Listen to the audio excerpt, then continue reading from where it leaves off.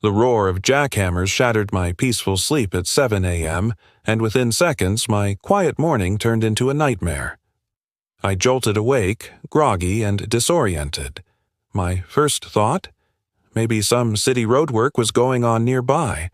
But the noise wasn't fading. In fact, it was getting louder. It sounded like it was right outside my window. Still half asleep, I stumbled to the window, and what I saw made my stomach drop. There were construction workers, real ones, in my front yard, tearing up the lawn. 3 guys in hard hats were manning heavy machinery, and standing nearby like she was directing a symphony was Karen Wilson, clipboard in hand, pastel pantsuit, smug as ever. Karen, the self-declared queen of our HOA. I threw on the first clothes I could find and stormed outside, heart pounding. "What in the world is going on here?" I shouted over the machinery. Karen turned to me, smiling that smug smile I had come to dread since I moved in. She adjusted her oversized sunglasses and hugged her clipboard like it was a weapon. "Good morning, neighbor," she chirped. "We're finally fixing the shared driveway issue. The board agreed it's time we addressed that eyesore." She waved toward my pristine lawn like it was a landfill. I froze. "Shared driveway? This is my lawn, my property," I yelled. Karen didn't flinch, just gave me a dismissive wave. "Well, it's all in the community planning documents," she said. "I'm just making sure everything's up to code." Hadn't lived in Silver Pines more than a month, but I knew for a fact there was no shared driveway on my deed. The spacious front yard was one of the main reasons I bought this corner lot house in the quiet cul-de-sac. It was clearly outlined in the realtor's papers, the previous owner's documents, and even the official plot map. The land was entirely mine, right up to the decorative stone border by the sidewalk. I fell in love with this house because of that yard. It was perfect for summer barbecues, lazy weekends, and morning coffee on the porch. But now, standing here watching my dream being bulldozed, I realized the truth. Karen had been planning this from the very beginning. The first day I moved in, she showed up with a so-called welcome basket. Inside, a thick HOA rulebook with half of it highlighted in neon yellow and a handwritten list of common violations. She smiled through clenched teeth and kept glancing at my front lawn like it was up for auction. At the time, I thought she was just intense about landscaping. But now, I knew better. This woman had been calculating since day one. Things were quiet for a few weeks, aside from her passive-aggressive reminder notes.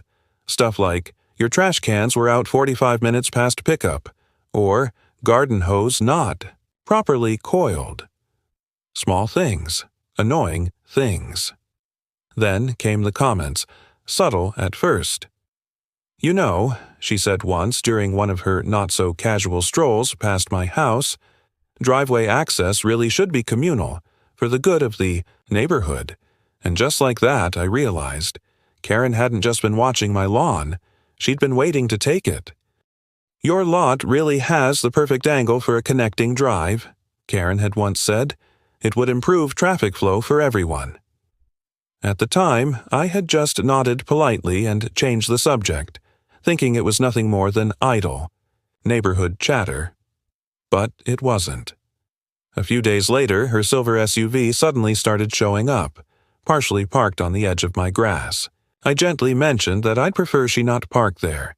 She gave me one of those fake apologies. You know, the kind, sweet tone, but zero sincerity. "Oh, I was just trying to visualize the community improvements," she said, waving it off. The next day, I came home from work to find a row of bright orange cones lined neatly across my lawn. One of them even had a printed sign taped to it that read, "For Neighborhood Access Planning." My jaw dropped. I immediately removed them and placed them on the curb. But by the next morning, they were back. And this time, there was a handwritten note attached. "Please do not interfere with HOA initiatives. The board has plans." That was it. No explanation, no authorization, just this passive-aggressive power play. I decided enough was enough. It was time I attended an HOA meeting myself. The next one was scheduled for that week at the community center. I made sure to arrive early. A few neighbors greeted me warmly. They seemed genuinely happy to see a new face. I casually asked around about any driveway plans on our cul-de-sac. Every single one of them looked confused. "There's no construction approved for our street this year," said an elderly gentleman who introduced himself as the HOA treasurer. "All the budget's going toward the pool renovation." Before I could dig further, Karen swept into the room like she owned the place. She immediately launched into the meeting, flipping through agenda items at lightning speed. She spoke so quickly there was barely time to ask a single question before she declared it adjourned. I tried to approach her afterward, but she cut me off with a breathless explanation. "Oh, the cones. Just early-stage planning. Everything will be officially voted on at the appropriate time." Then she vanished behind a wall of board members, dodging any real discussion. For a few days, the cones were gone. But Karen? She only grew bolder. She started directing guests to park on the edge of my yard. What began as a subtle encroachment turned into deep tire tracks carving lines into my grass. That was the final straw. I installed a security camera overlooking the entire front lawn and emailed her a polite but direct message. "My property is private. No parking or use without written permission." Her reply? A long-winded email filled with vague nonsense about community-minded thinking and how selfish individualism was hurting neighborhood cohesion. And then, at the end of her email, this chilling line, "The HOA has ways of addressing residents who don't prioritize community needs." And now, here I was, standing on my torn-up lawn in a bathrobe, staring down Karen and a crew of strangers demolishing my yard like they had a right to be there. "Show me the paperwork," I snapped, stepping between one of the workers and what was left of my grass. "I want the permits, the HOA's approval, and the property easement documents. Right now." Karen's smile faltered, just for a moment. Then she regained her composure, flipping through her clipboard. "Well, I don't have all that with me, but it's properly filed," she muttered, pulling out a wrinkled sheet of paper. "This outlines the easement rights. Section 12 of the bylaws." I snatched it from her hand and scanned it fast. Sure enough, it was just a photocopy of a vague paragraph from the HOA rules. Something about utility easements for essential services. No mention of shared driveways, no authorization, no right. "This doesn't give you permission to do any of this," I said firmly, locking eyes with her. Karen's eyes narrowed behind her sunglasses. "You clearly don't understand how things work here," she snapped. "The board has interpreted this clause to include neighborhood access improvements." Then, without skipping a beat, she turned to the construction crew. "Please continue. He's just being difficult." The workers hesitated, eyes darting between us, unsure of what to do. But when Karen pointed forcefully to where they should dig next, they slowly resumed their work. That was it. I pulled out my phone. "Fine," I said. "If you won't stop, I'll call the actual HOA board right now." Karen laughed, a high-pitched, piercing sound that made my skin crawl. "I am the board, dear. I'm the president." But what she didn't know was that I had come prepared. "You may be the president," I replied, "but you still need board approval for major projects." I scrolled through my contacts and tapped the name I had saved after that rushed HOA meeting. Tom Hutchinson, the vice president. The line rang once, twice, then. "Hello? Tom, it's me, from the cul-de-sac. Sorry to call out of the blue, but construction crews are ripping up my front lawn. Karen says it's a board-approved shared driveway project." There was a pause. "What?" Tom's voice shot through the speaker, loud and incredulous. "There's no shared driveway project. The board hasn't even discussed anything like that." I put him on speakerphone and looked Karen dead in the eyes. "Karen, is that you? What are you doing?" Tom continued. "We have no authorization for construction on private property." For the first time, Karen's confidence wavered. Her cheeks flushed. Tom, we talked about this at the last executive session, she said, trying to maintain composure. About improving access, remember? No, Tom said firmly. We absolutely did not. Stop whatever you're doing immediately. I'm calling an emergency board meeting. I ended the call, turned to the construction crew. Gentlemen, I said, calm but firm. You need to stop work, now. There is no approved project here. You are trespassing on private property. The foreman took off his hard hat, looking bewildered and annoyed. Lady, what's going on here? And just like that, the entire illusion of authority Karen had been clinging to started to unravel. The construction foreman looked at Karen, eyebrows raised.